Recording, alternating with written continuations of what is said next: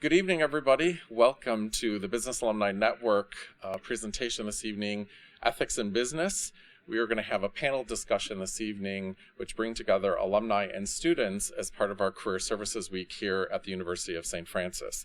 I'd like to take this time to introduce myself. My name is Joseph Farello. I'll be the moderator for your event this evening. I'm a three-time alumni of the University of St. Francis and currently president of the Business Alumni Network. And I'd like to formally welcome all of our guests in the audience here to our tonight's panel discussion, and as well as our guest and honored speakers who will be participating with us. First of all, I kind of want to talk about the structure of tonight. We are going to have a panel discussion here where we've brought various representatives from business, government, industry, and not-for-profit organizations to talk about ethics in business and how it impacts them. And in particular, tonight's discussion will center around a document that was published by the Roman Curia called Vocation of the Business Leader.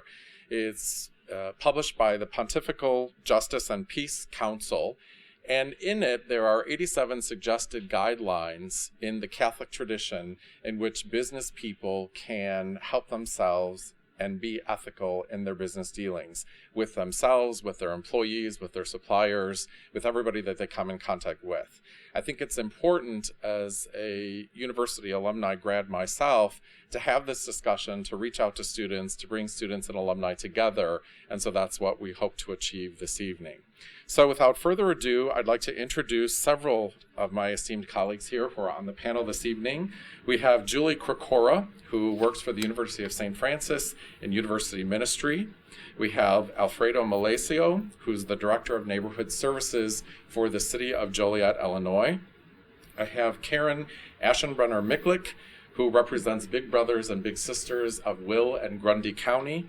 I have Father Peter Jankowski, who is a priest at St. Pat's Parish here in Joliet, Illinois, and then Antonio Rodriguez, who is with Edward Jones Investments. Welcome to our panelists, and thank you so much for participating in tonight's discussion. I'd like to start off with our first panelist talking about how this document, the ethical business document, really impacts the life of university ministry here at University of St. Francis. So I'll turn it over to Julie Krikora to get us started. Julie? Thank you, Joseph. When I read this document, I think I was probably more in shock that so much of it actually applied to ministry, even though it was about business. And I think most of my life working in ministry, it's been one of those, I don't want to be in business, I don't want to be in politics. And I've learned in ministry that despite what you say, it is ministry and politics and business all wrapped together. So the first topic that I actually was really called to was, it said number 10, it says, chief among these obstacles at a personal level is a divided life, and the split between the faith which many profess in their daily lives and what you're supposed to do. And it's ironic that I would pick something because I'm actually living out exactly what I want to do, but to actually live out your faith in a faith setting is actually one of the hardest things I've ever learned, because I think you get tested in a way that you don't ever expect.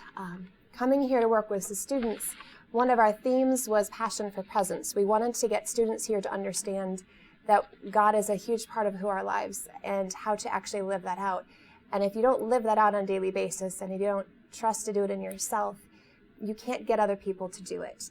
And it's also that part of being a job versus a ministry. So when I was hired, I've only been here for about a year. I remember my boss, shortly after I was hired, probably a few months, she goes, "This really is a ministry for you. This isn't a job." And I think that I can apply to any person who works, that it doesn't have to be just a job, it can be your ministry.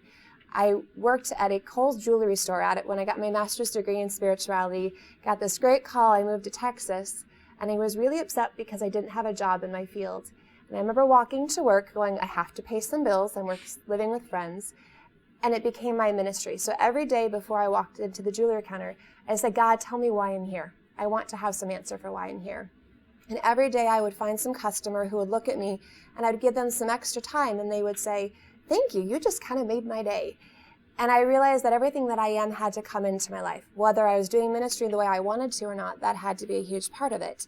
And every aspect of who I am in Catholicism needs to come out in who I am as well. We were joking a little bit beforehand. I was just working with the peer ministers who are student workers for myself. And we were talking about the need to talk about sexuality on campus. And This is kind of one of those bold topics, and they brought up sex and condoms and safe sex and abstinence. And what are we supposed to do? And our topic came down to, well, as Catholics, we need to say that you need to be abstinent, and it needs to be okay to be abstinent. And we can't really talk and promote about birth control and condoms because that's not who we are. We can't promote something that we aren't. And it was a really good, I think, recommendation for me to give to them, to say, always be this person, even if you can't. St. Francis talked about this to his brothers, saying there was a day that he had some stomach issues, and on integrity, that he had some cloth, and they had to put some kind of soft cloth on the inside in order for it to not rub against his skin. And he told his brothers that if you do this, you need to do it on the outside too. That I want the inside and the outside to be the same. And I think authenticity and integrity is the same thing as a job versus ministry, that whatever you do kind of has to match up together. And you can't have a divided life because you can't give your all, and your all has to be an integrated whole. And I think number 10 talks a lot to that you serve no matter who you are, no matter what you do. So that was the easiest way to start, because ministry is everything that I am and I hope to be coming through. I think the hardest part of being in ministry and kind of choosing this as a business profession is that number 21 talks about instant gratification and the overabundance of information. And number 40 talks about meeting the needs through goods and services. And in ministry, you kind of look at life saying, I just want to take care of somebody's soul. It's other-centered. But in a world where the web is such a big deal and technology is huge and cell phones and instant messaging, it's impossible to actually be present to everybody in a relational manner. And that's something that I very much choose to be, and I can't be that way. But I can be online at 11 o'clock at night talking to a student I used to be youth minister for, and I can be present to her in a really good way. But I also sometimes want to say, if I could see your face, if I could look at you in person, it would be a lot easier for me to know what you're really saying to me. I can hear your words through your instant messaging, but you can actually not always get everything out in words. The body language and who you are is present and tells me so much more of who you are than just the message I hear. And I could sit and I can pray with it and I can struggle. So I'm glad I have the opportunity, but it's also difficult. And I intertwined these two together because people want something so quickly and they want it now, and they want it to be creative for who they are.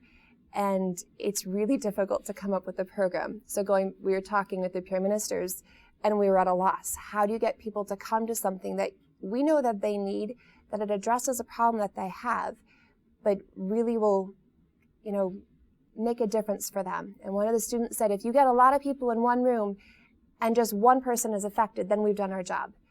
And I appreciated his response. Again, it's exactly what I think we all need to live out, that we can't go for the whole.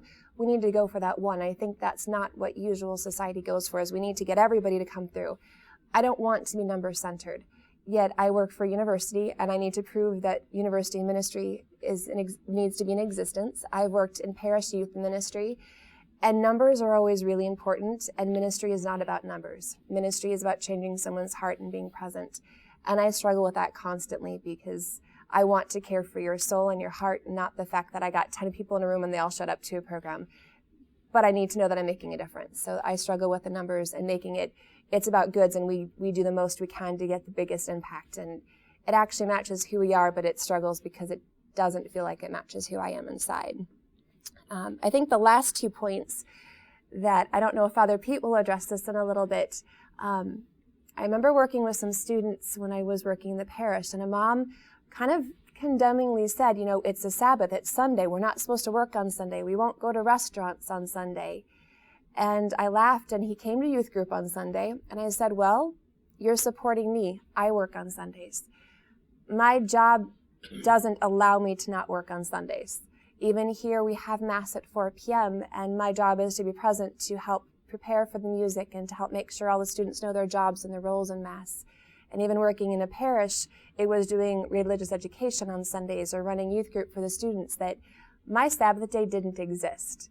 And I think the hardest part for any business is you have to have a Sabbath day, and the Sabbath day for Catholics is meant to be on a Sunday, to go to Mass, to have that time with God. And it's a big struggle to make sure that who you are matches that rest time that God says we need to have. And I'm crafting that out. I'm working with Sister Mary Elizabeth, who is my boss, and I think she understands very deeply that we have to take care of our needs. And the spirituality of work, I think, was number 70. And it says you need to have a deep well of prayer and reflection. And I think most especially for my job, I need to come from a centered place in my life. And if I'm not centered, I can't give to the world who I need to be and what I need to offer to students to give to the rest of the university. And I struggle some days to get that. So we're working a lot to find our time, and I'm working to represent that as a leader and tell my students, you know what, you need a break, take some time off, take care of yourself. And sometimes you have to go, I have so much to do, and I'm going to walk away from it. It'll have to get done tomorrow. And in a world that says it needs to be done now, that there's instant gratification and you have to answer this phone call, you have to know that it's okay to say no, to take care of yourself, to give to others. And it will be a continual challenge for the rest of my life. So thanks. Julie, thank you so much. Next up, Alfredo Malesio, Director of Neighborhood Services for the City of Joliet. Alfredo? Thank you. The few tenets that I looked over in preparation for this, first of all, again, Alfredo Malesio with the City of Joliet. I was born and raised in Joliet and part of my church locally for many, many years. And one of the things that first brought me to public service was the desire to serve the people in my community. When we talk about business, even though municipalities, there's a movement every day and has been that we need to operate more streamlined, that we need to provide better service to our residents, that we need to operate more like a business. That wasn't my original motivation for wanting to get into service. It was more serving the residents, our community. But they are the consumers. They are the shareholders of the community, and they're the ones that demand that things be done and be done responsibly with the resources that our community has. And so, I've answered the call to that in that service in my community. And one of the things that I think it struck with me as I started to, read some of the tenets was, recently I'm a lector at church, and part of the reason that I think you become a lector sometimes is because you're not afraid to stand up and read. Being able to stand up and read doesn't necessarily make you a spiritual person. You just can stand up and read. And so we were pushed recently by the parish priest to really look at what we were reading and not only be able to deliver it, but to also feel it. And I think that is one of the things that that I try to do every day. That there are things that we can accomplish, there are things that we can achieve, but at the same time they have to have a reason and they have to have a purpose, and that makes the skills that you have that much better. When not only are you doing something to benefit others, you have the ability to grow as a person and actually live fully the life and the gifts that the Lord has given us. One of the tenets that really I couldn't stop reading once I started to read the tenets 44, 45, and 46 in that general area. I am of an immigrant family, and everybody in my previous generations has worked with the land. And that is one of the first, the tenets talked about how in previous times, the land and what the land was able to produce was a sign of business success. And now it is the man himself or the woman herself that has to rely on the skills and the knowledge and their creativity and their hard work and studying in order to achieve. So I'm technically one of the first in my family history to actually be applying those principles.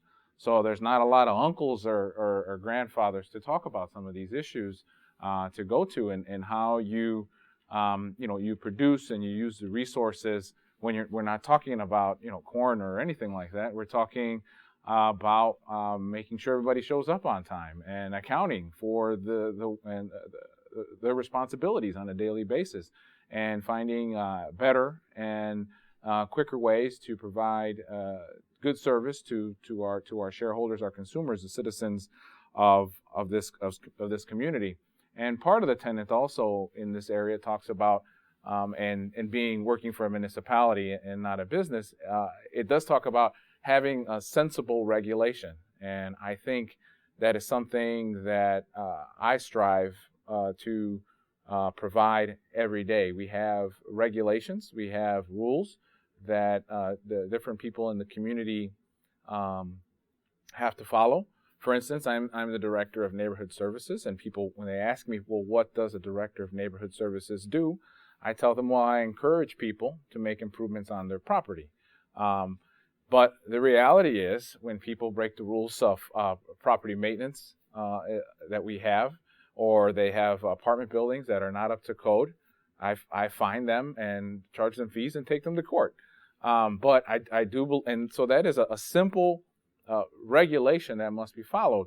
But in my philosophy, and the philosophy that I try to provide to my employees, is one of education, one of encouragement, not one of that is something that is vindictive or something that, well, I caught you, and so we're going to make sure we punish you now. There are certain times that we do have to enforce the regulations of our community, which includes fine and court and things like that. But I think we have to do it in the way that with the attitude that we all can grow and learn from the mistakes that we have made. And so that is one of the things that spoke to me in that tenet 44 that I was reading.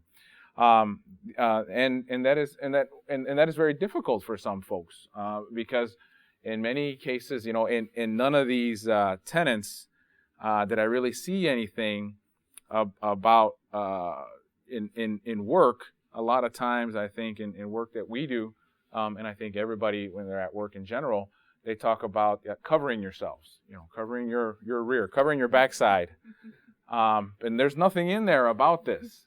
About covering your backside at all, and so so it's difficult for some people to when they know, well, if I just enforce this regulation, I'm doing my job. But that actually having conversations with people about getting things right, going a little further, and being a leader and being a teacher is really what your job really is, and so it's difficult sometimes. To work on those things, not only from our perspective, but also from the expectations of the community and what they expect us to provide and the services that we provide. So the other thing is the fostering dignified work. If I can just paraphrase here, it says it can allow a person to develop or to be damaged. One of the things, the first things I did when I became the director in this department was to sit down with employees and ask them what it is they wanted to do or why it is they got into the work that they did. Now, many of the employees have been doing the work for several years. Many of them have the union contracts that specifies exactly what it is they're supposed to do. And it's very clear what their job duties are. And so what you had in asking this question, like, what do you enjoy about this work, and what would you like to see it become? Well, really, there's a contract that tells you exactly what it can become. And so so it's very difficult sometimes for people to kind of have that conversation with you about what it is they want to see. What it is, the kind of projects they want to work on, what kind of participation that they want to have, and really see that there is room in a contract to grow as an individual, to grow in the service to your community, to work with the businesses in our community so that they're very successful. One of the things I always try to remind everybody is that from the university to businesses to citizens to the guy who pushes the cart selling ice cream, we're all in this together. I think the guy who pushes the ice cream cart in my neighborhood is probably the same guy that was there when I was younger, and a lot of folks from the university are the same folks as well. A lot of folks in the city are the same folks. So I mean, we can spend a lot of time going around in circles about the kind of what we want to see as a community, but we are really all in this together. The other couple of things we have here is the second one, the 46th tenet, is that we cannot compromise human dignity. One of the things of an economic system is such as to compromise human dignity, to lessen a man's sense of responsibility, or rob him or her of opportunity for exercising personal initiative, then such a system we maintain is altogether unjust. You know, really, going back to my previous comments,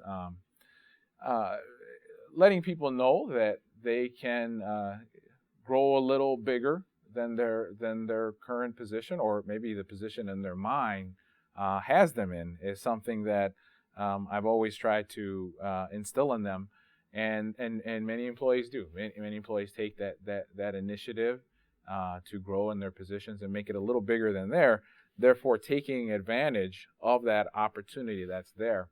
And I think what happens in many places is that because of the leaders or the directors of those organizations seem to want to put people in their place, if you will, because it makes them feel good about where their place is.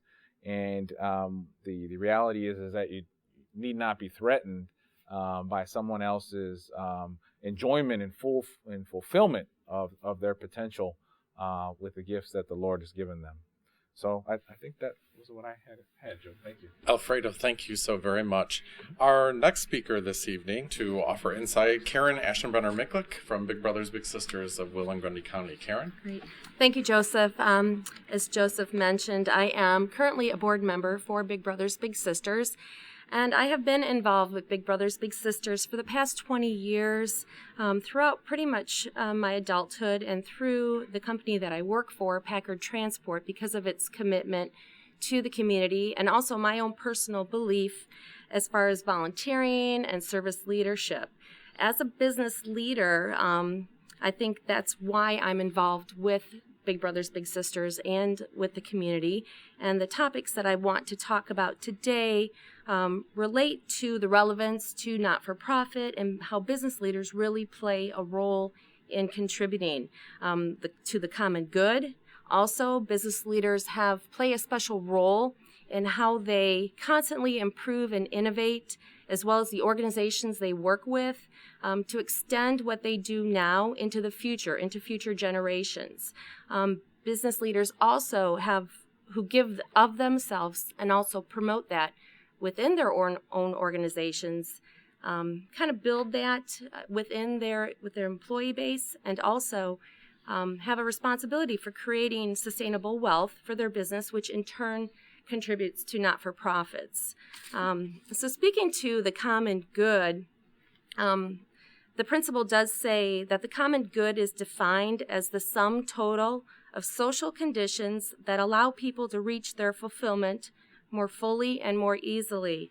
And common goods are developed between human beings, and when they act purposely together towards a common shared goal. Relating that to, and in my experience as a board member with Big Brothers Big Sisters and the children that we serve, who our mission that we strive for is to help the children achieve what they can, the most impact. They face diversity. They are looking for, and what we provide, the strong, enduring relationships. And business leaders who serve on our board actually help promote that through their relationships and the communities in which they're involved in. And I think mentoring relationships is a very strong and powerful force that influences a child's behavior. And also, it's the sum of all those things together, from being a board member, a business leader, working with the organization, the children that we work with, and then the end result, because they then become successful leaders in our communities. So by servicing them at an early age, we can help them and help them be better citizens in our future communities, and the outcomes that are achieved when they are young, and as basically achieving that whole working together shared goal concept so that all human beings can develop individually or communally. The other topic that I wanted to address was business leaders who give themselves, and they create sustainable wealth and distribute it justly. Business leaders that give of themselves do serve the common good as well, and also they shape the culture of the organization that they represent, and also the community leaders that they know and have strong relationships with.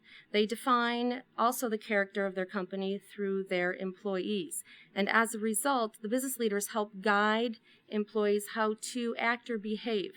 For example, I work for a motor carrier, and our leaders in our business are very committed to the community, and they serve the community. And then I think that in turn also translates down to the employees in our organization who give back. So when business leaders who give of themselves, they set an example through their practices, their policies, the things that they do to promote personal responsibility, and then the ethics and the investments that they make into the community. Not-for-profits do depend on business leaders who do demonstrate leadership, who give of themselves, and of course, being a board member and any business leader as well is responsible for board governance. There's heightened scrutiny regarding not-for-profit organizations, and in our operations to make sure, especially Big Brothers Big Sisters being a not-for-profit, making sure that the board and the staff as well, we all demonstrate behaviors that we all can relate to as far as highest ethical standards, so that what we can do serves a greater good. Business leaders also help shape the organizations, and they extend the work into the future. Big Brothers Big Sisters works with children, and they are the future. So by helping them, by creating the mentoring relationship, they become stronger individuals themselves, also to their families and friends, and then to the greater economy. It is a whole full circle. We have seen many business leaders today who have in the past experienced being helped through a mentoring relationship, and they then are business leaders who then carry that forward. So they developing that activity and bringing it forward, giving back, giving of yourself as a business leader, and then also the employees that you influence, that as organizations have corporate citizenship commitments, have values and ethics, code of conduct, those types of things, that makes a difference, and it does shape an organization and also what they then together portray to the public and how we all are a better community served. Thank you. Karen, thank you so very much. Our next speaker to offer insight, Father Peter Jankowski from St. Pat's Parish here in Joliet. Father Peter? To follow up with what Julie and Karen were talking about, I was thinking about some of Julie's words earlier. I was reminded of a story of the Chicago Bulls' last championship when they were facing the Utah Jazz, and the owner of the Utah Jazz at the time was Larry Miller, who had since passed. And Larry Miller, being the good Mormon that he was taught by his faith that on Sundays, on the Sabbath, that all work should cease, and that nothing should take more importance than remembering that the Lord is risen from the dead. So as a good Mormon, he was taught that he was not allowed to attend the basketball game on the championship game where the Bulls ultimately won their last championship. And he believed, as we should believe, that the foundation of God and family, the God who created us, and the family that God has given us as a gift to be stewards over, that this is the foundation of our life. And if we understand that this is the foundation, and this is the responsibility, the direction that God has given us, that nothing takes precedence over that which we love the most. And so in paragraph 69 of this document, it's written, the Sabbath, for example, is not simply a break from work, Perhaps paradoxically, it is only in our detachment from work that we see its deepest meaning. Pope Benedict XVI explains this connection by stating that the biblical teaching on work finds its coronation in the commandment to rest. And what I think that means is that if you take time and if you just stop, and if you focus on loving the other person, the image I use in the classes that I teach here at the university, you love a person, you gaze into that person's eyes. You know how that is. You fall in love with somebody, you gaze in their eyes, you do the whole googly eye thing. You gaze into their eyes and you realize there is no one more important than the one to whom you're committed. You do that with your family, you do that with your spouse, and you do it with God. And if you take time off and put everything else aside, then you get that feeling. And if you know what that feeling is, you get that feeling that there is no one you would rather be with and nothing more important than supporting that cause.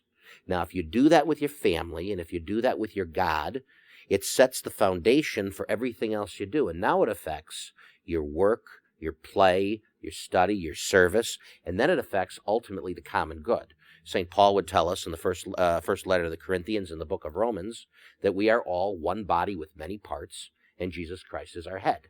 If we follow that, and if we understand that Christ is the one that leads us and guides us and loves us and protects us and directs us, then we devote ourselves to making sure that those foundations be secured. Because without those foundations, we fall. And it continues. Karen was talking about paragraph 34.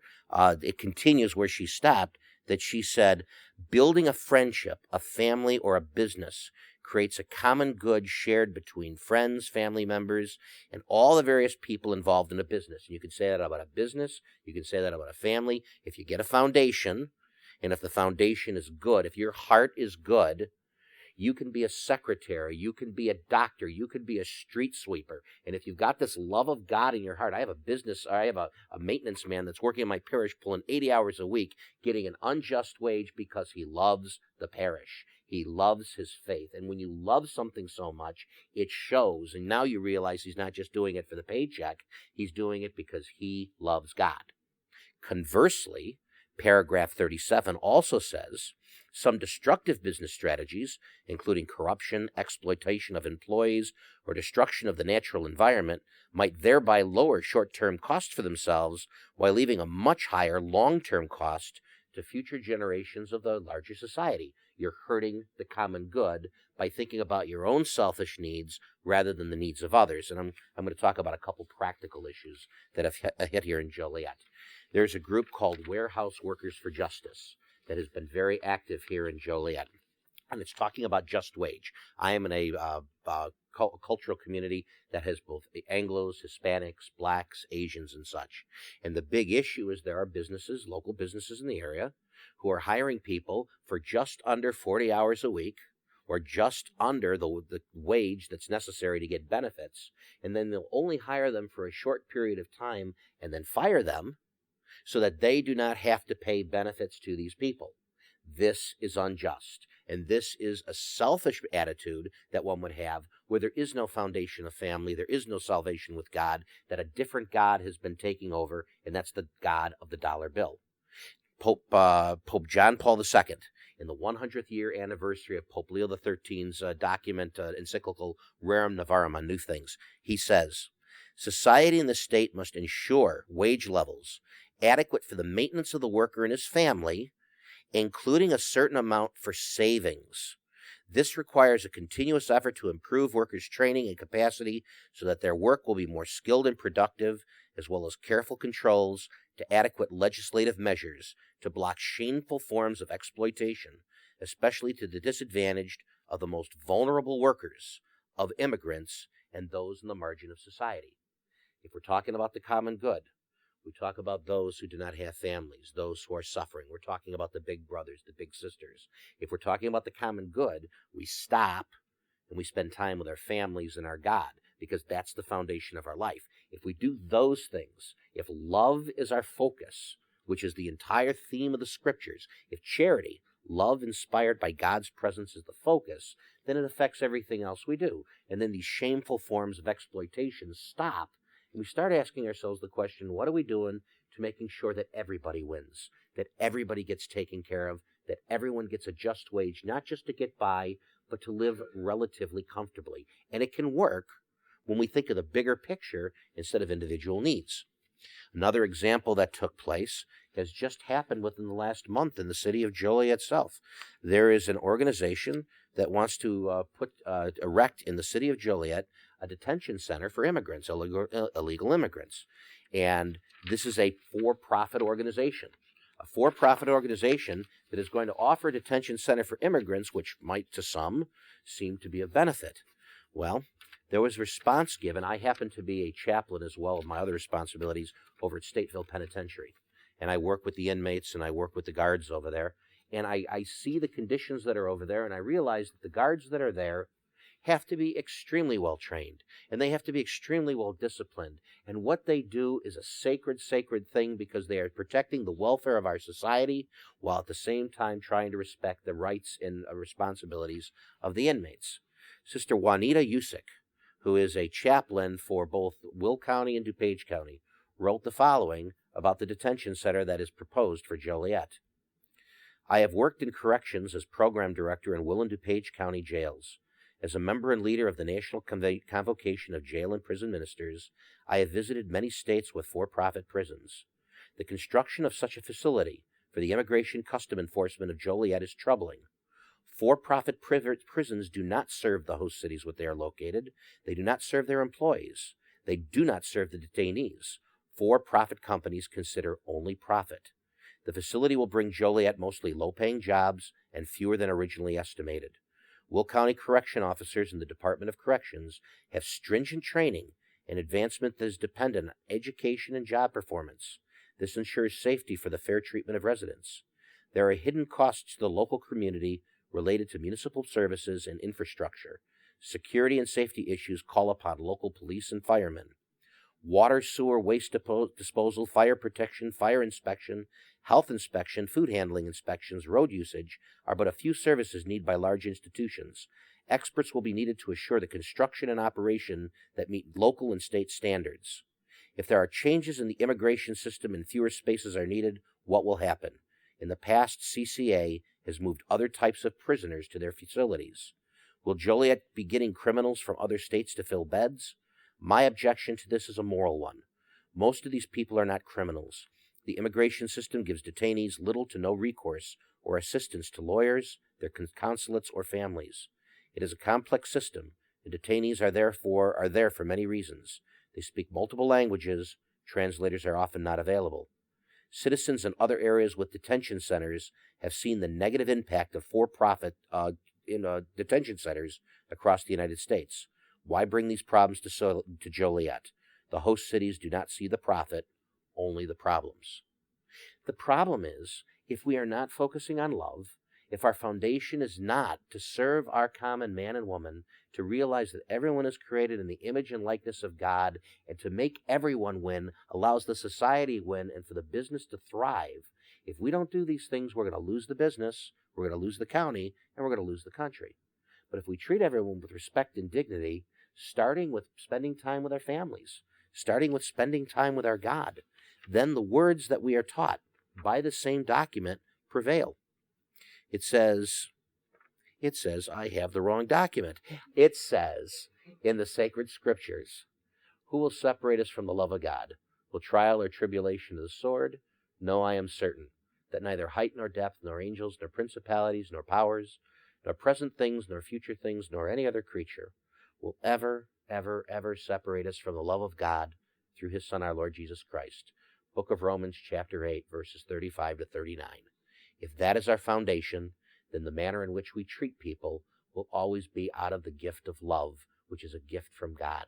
May we never lose that gift in the way we treat each other. Father Peter, thank you so very much. And next on our list to share insight, also Antonio Rodriguez from Edward Jones Investments. Antonio. Thank you, Joseph. Tough act to follow. Very well said. I think one of the things that kind of stuck out to me as I'm hearing everybody's personal stories, and I was jotting down some notes, was just the idea of why did I get into this career? Who do I want to serve? What's my real goal? Is it just profit or is it helping people? And I think back to my mom and dad. My dad, who worked at Caterpillar Construction his whole life for 38 years of his career. My mother was a school teacher and then teacher's aide. And I kind of had to think to myself, in the field of finance, I think I always ask myself, would this be right for them? Would I offer this product to them? Does the cost merit doing this? But even further, you can think of your little old grandmother and just say, would this be right for grandma even? And kind of keep that in mind as you go throughout your day. One of the points that kind of stuck me from point 11 in the document was this passage. There are many surrogates for the golden calf in modern life.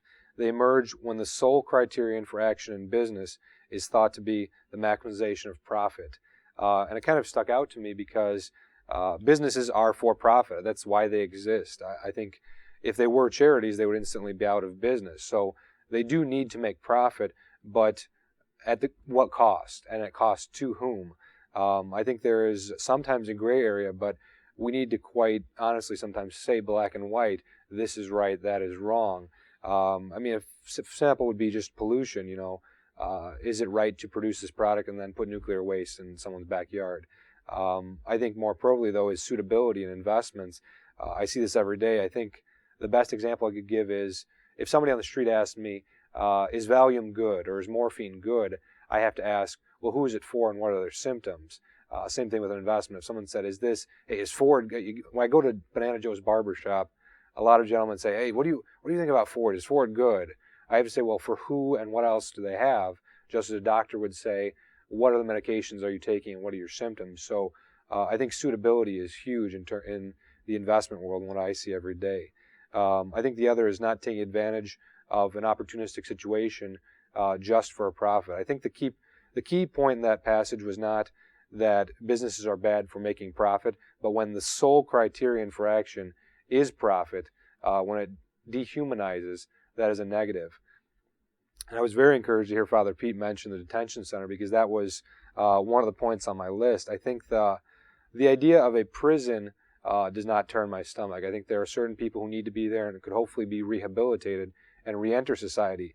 The idea of a for-profit prison where there's an incentive for a company to not only maintain prisoners, but to in fact create prisoners who might not otherwise be in that facility. When a human becomes a commodity like that, it represents, I think, one of the most profound conflicts of interest. So it's definitely heartened to hear others coming out against this. I think it's something that would tear families apart and, quite frankly, again, places a sole criterion for business as profit when we have to ask ourselves, is this something that would be appropriate for everyone in the community? I think another point that struck me from the passage was we live in a world for instant gratification, which you had mentioned earlier. I think too often with investments, people are looking for the next big thing, something that's going to double overnight. I think sometimes they need to take a step back from speculation and say, what is going to be good for 3, 5, 10 years rather than jumping in and out of things. And you can see this on the advisor side, where those who churn someone's account for their personal gain when really that person should not be selling their investments yet. Another point that stuck out was we have no time for well-studied and thoughtful decisions on complex matters. I think compare finances to painting the Mona Lisa. I mean, you don't just throw the paint on the canvas and finger paint. You take your time with every brush stroke. So just being thoughtful, not just throwing money at something, but actually saying, why am I doing this? Another point that stuck out was, again, in the current climate, the call to maximize shareholder wealth remains dominant and is the leading theory taught in many business schools. Without doubt, and then further, without a doubt, one of the greatest risks for businesses is that they're almost exclusively answerable to their investors, thereby limiting their social value. So in that sense, I think we have to ask, again, is this business doing something because it's right, because someone needs this product or service, or simply because shareholders demand this quarter we have higher earnings? So you just have to take a step back and ask, is this good for the client? I think in my business, you struggle because you have to bring home a living. At the same time, you don't want to breathe down this person's neck and say, hey, you need to do this today, but rather when this is right for you, or if this is right for you ever, that's when we should continue the conversation. I think the other is having a leader who has a stake in the company. Either they've been raised in that corporate culture of that company, perhaps the founder, an inventor who is key in its development. I think too often in corporate America, we see people who are jumping and leapfrogging the ladder simply to say, okay, they'll give me $500 million a year. Over here, they'll give me $1 billion. I think you need somebody who is having a vested interest in, I grew up here, I want to care for people, and I'm not just about my own paycheck. So a lot of that stuck out to me, and I was kind of impressed by the document that I found that much relevance. But any time that we're dehumanizing people when we're thinking only of the dollar, I mean, I love the dollar. I want to be fabulously wealthy myself and improve my community with some of those funds. At the same time, I don't want to do that, and in doing so, disenfranchise someone else. Antonio, thank you very much. And I want to thank all of our panelists for sharing their wonderful insights and gifts with all of us. At this point in time in our presentation, I wanted to open it up to questions to our audience who are in attendance this evening to direct to the panelists.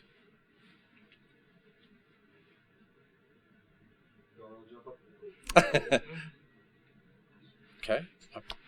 Does the Catholic Church play a different role in ethics than other faith-based groups?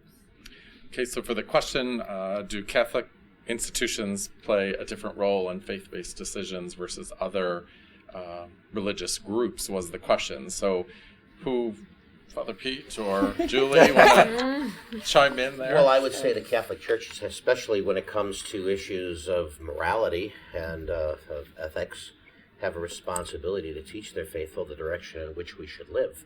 And it's usually the responsibility of the bishops and of, if you have Catholic institutions, having some type of moral panel, a morality panel, to look at the various issues. For instance, at Provena St. Joseph's, there's an ethics panel. If something takes place where a situation arises of life termination services, or what do you do with difficult pregnancies, and how do you handle those situations, it's important for us as a church to always go back to the basics of what the deposit of faith establishes.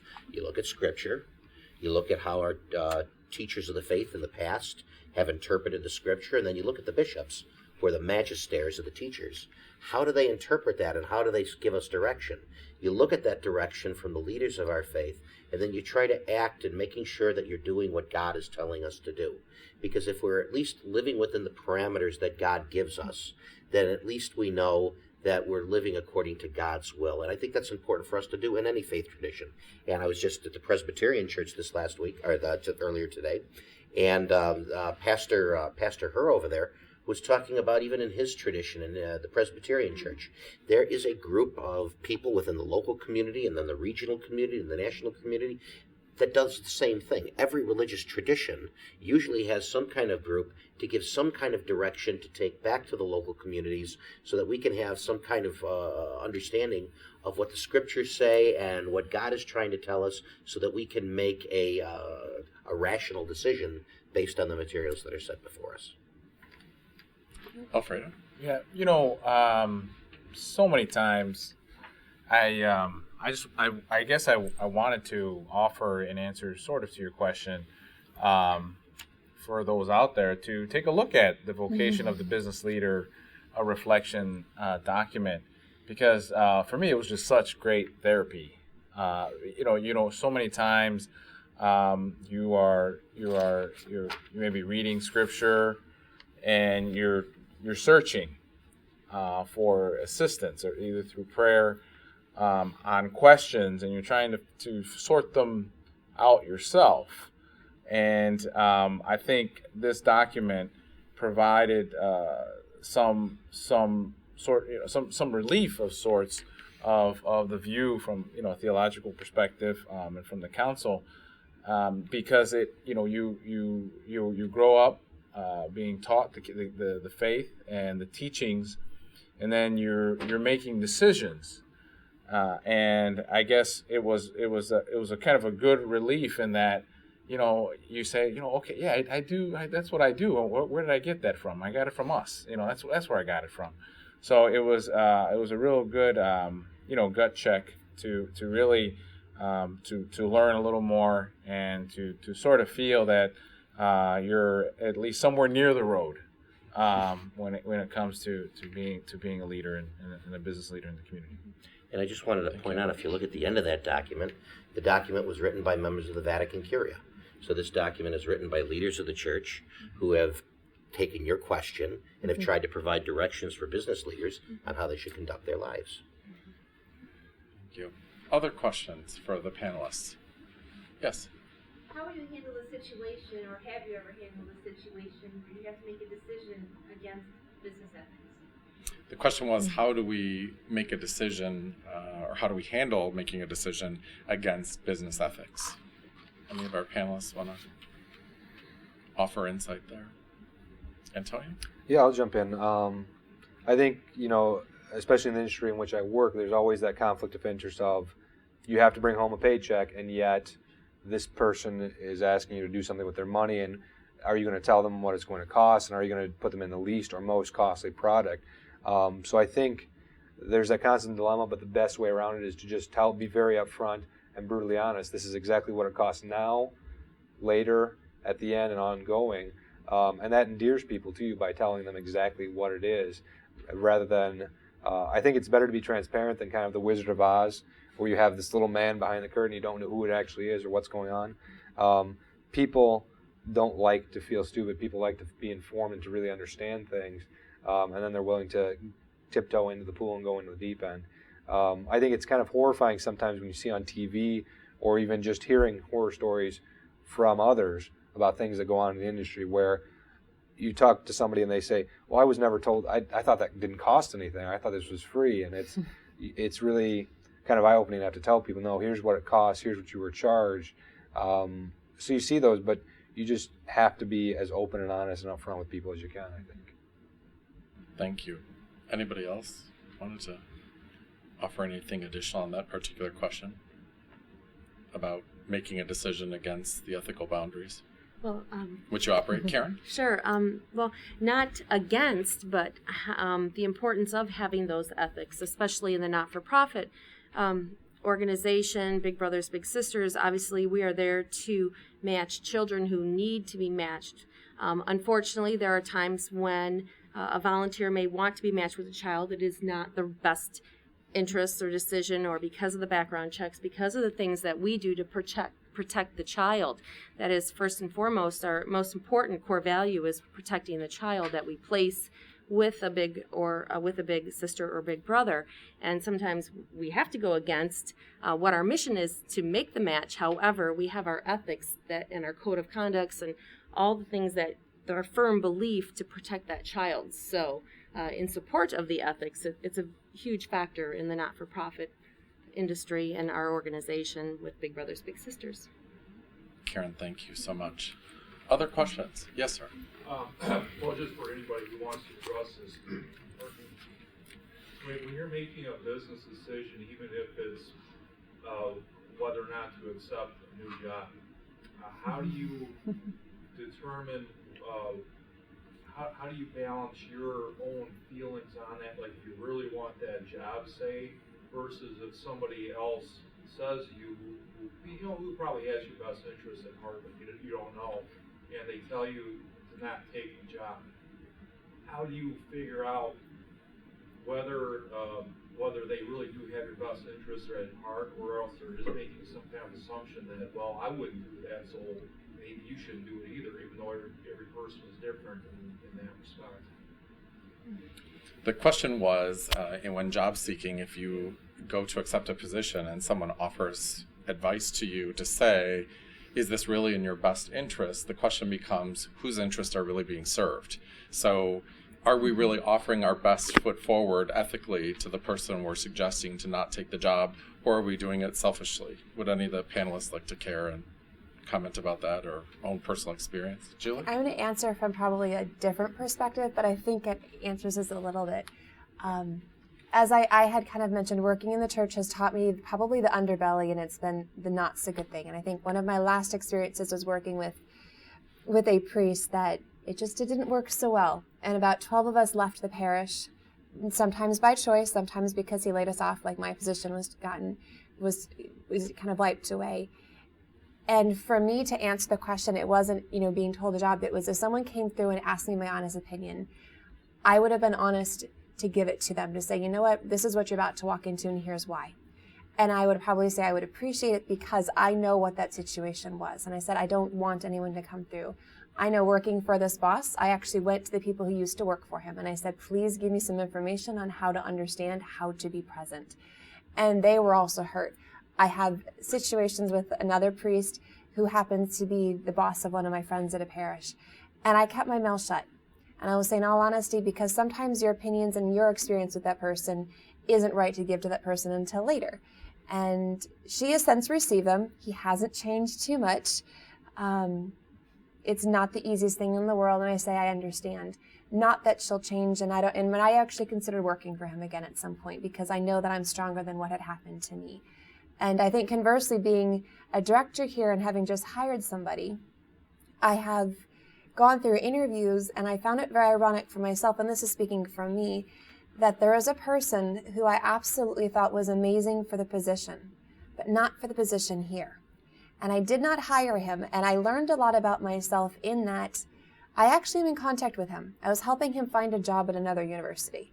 And someone else who I didn't hire, I've called up and said, you know what, you had these gifts. Is it feasible that you'll help me? And maybe that's coming from who I am as a person, but I think there's got to be more people out there probably like me. And if we all can go from the basis of love for the person, if someone gave me that advice to say, don't take this job and here's why, I kind of would want to trust them. And I would hope someone would trust me back. So those are my just background experiences. Julie, thank you. Other? Yeah, I would kind of echo that and also turn on its head in a way that I think when I got into my company, I was so gung-ho about it that I wanted to say to everybody, hey, you should do this, join me, great, I love being here.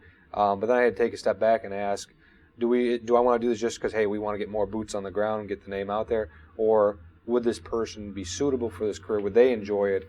Would they be good at it? Would it be the proper fit? So I think you just have to find that in life, whatever your career is, whether it's teacher, doctor, advisor, or clergy, you just have to know your heart's going to be in this, that it's not, the doctrine kind of was, this is not just a job, you're not just punching a clock, but it's a career, it's a vocation. You kind of carry this and wear it on your sleeve. So if you can do that, whether you're a street sweeper or the president, I think that's going to, you just have to look for the right fit and a vocation. Antonio, Alfredo? Yeah, and I guess I just, one of the things I wanted to say that I think is some of the times when I've been asked for advice, people have been telling me they were wanting to like demote themselves. They wanted to maybe take something on maybe that has less responsibility and less pay, and they were coming to me for an advice. Some of them for family reasons, wanting to be home more or wanting to do something for a very legitimate family reason. But I think the business answer is, what are you thinking? Jobs are so scarce. Why are you demoting yourself? Why are you making less? Can you handle it? I think the business answer is, are you crazy? But I think just like when people have come to me and say, well, I'm transferring out of here because I'll be making a little more to go over here, or guess what? I'm retiring. Many times a person like myself who has less people, and knowing that if the person leaves, they probably would not be replaced, which means more responsibility on me. They, would probably plead and be, very upset that is actually happening. And I guess I've always tried to be supportive of the decisions people made, but also question them. Are you sure you know what you're getting into? These are the things that you're going to run into, you really need to look at all those before you make the final decision. So I've tried to be a confidant and to be a mentor in that regard. And I think you should have more than one mentor and get one advice from more than one person too. So, Alfredo, thank you so much. Other thoughts or ideas? Okay. Questions? Other questions? No? Any final thoughts by our panelists that you wanted to offer? Well, I was just listening to what everybody else was saying in the room, especially in the panel, and I don't know why I thought about this, but because I'm a pastor now, I make my joke. The reason I like being in the university is because I spent, since my high school seminary days, learning about theology, and as a pastor, I do practically anything but that. I learn about fixing plumbing and fixing toilets and worrying about electricity and bills, And now you're in an administrative position, and the beauty of being here at the university is I actually get to use some of the theology that I've been taught to offer it to the benefit of others. But by listening to all of you, it almost seems to me that the three kind of senses, there's a story in the scriptures where Christ is eating with his disciples, and they didn't do the customary washing ritual. And the model of the story is, it's not what's on the outside, it's what on the inside. If the inside is clean, then everything else that comes forward from that is going to be clean as well. And as I was listening to this, I thought about three types of senses that we need in the world of business. You need religious sense, you need business sense, and you need common sense. And if you have those kind of senses, if you have a good heart, if you're founded in this love of God, that what you're saying is not deceptive and it's not mean, but it's what you believe, and you're doing it in a sincere and loving way. If you're making good business sense, which is good for a company and good for the church and good for the faith, even if you're going to have to be a parent and say something that's not going to be easy for the kids to hear, and if you got enough common sense to know the difference between right and wrong and what is necessary for a company, if you can balance those, now if you can find somebody that does that, that'd be great. I know I'm not that person, but if you can do that, and if you can make sure that you always do it in a spirit of love, then at least at the end of the day when you go home, you've said to yourself, what is it in scriptures? I am a humble servant. I've done nothing more than God has asked me to do. And I just think that that's a good way to establish your life, that you've done God's work, you've done it as sincerely as possible, and you've done it in love. You've done it the way God wanted you to do it. And what more can you ask of yourself? And I know that people beat themselves up in life saying, well, I tried so hard and it just didn't work out. But I think God's intention for us is just to do God's will and let God take care of the rest. We've done our job, we've done it as well as possible, and let God move from there. And I think that's a good way at least to have peace in your heart at the end of the day, no matter how good or bad things go in life. Thank you, Father Pete. Any other last thoughts from our panelists? No? Okay. With that, I personally want to say thank you so much to all of our panelists from our local community and our alumni to bring this presentation to you this evening. It's been our sincere pleasure. On behalf of the Business Alumni Network Group, thank you so much all for joining us this evening.